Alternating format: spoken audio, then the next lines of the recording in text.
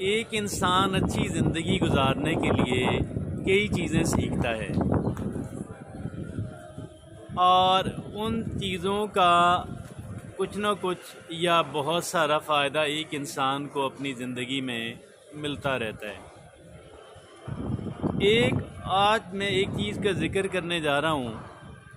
کہ اگر ایک انسان اس کو نہ سیکھے تو سمجھ لے کہ اس نے کچھ بھی نہیں سیکھا،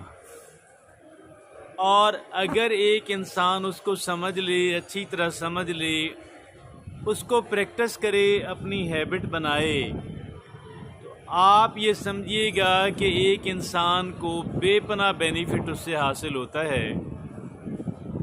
اور اس ایک چیز کا نام ہے سیلف ماسٹری۔ مجھے یقین ہے کہ آپ نے پہلے اس پہ بات نہیں سنی ہوگی،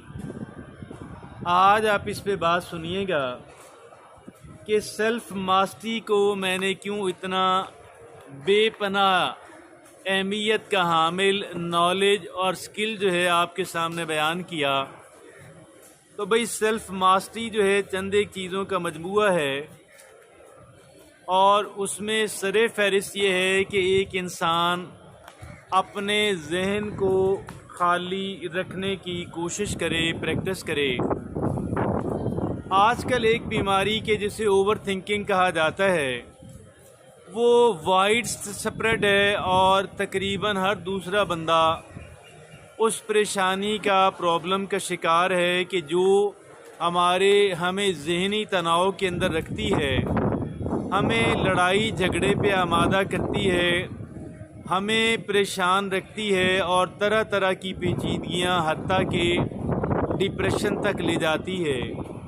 اب وہ بندہ کہ جو سیلف ماسٹری کا جو پہلا پرنسپل ہے، اور وہ پہلا پرنسپل کہ ایک انسان اپنے ذہن کو کم سے کم ایک انسان سوچے اور اپنے ذہن کو خالی رکھنے کی کوشش اور پریکٹس کیا کرے، تو دوسری اس کے فوراً بعد ہے انسان کا سیلف ڈسپلن۔ ایک انسان کا اپنی ذات کو کنٹرول کرنے کی، اپنے اندر اٹھنے والے ابال یا امپلسز، اس کو ہم انگریزی میں کہتے ہیں، اس کو کنٹرول کرنے کی کوشش کرے، تو یہ ایک انسان کا سیلف ڈسپلن ہے۔ اور اسی کو ہم کہہ سکتے ہیں کہ ایک انسان جو ہے وہ کیا حاصل کرتا ہے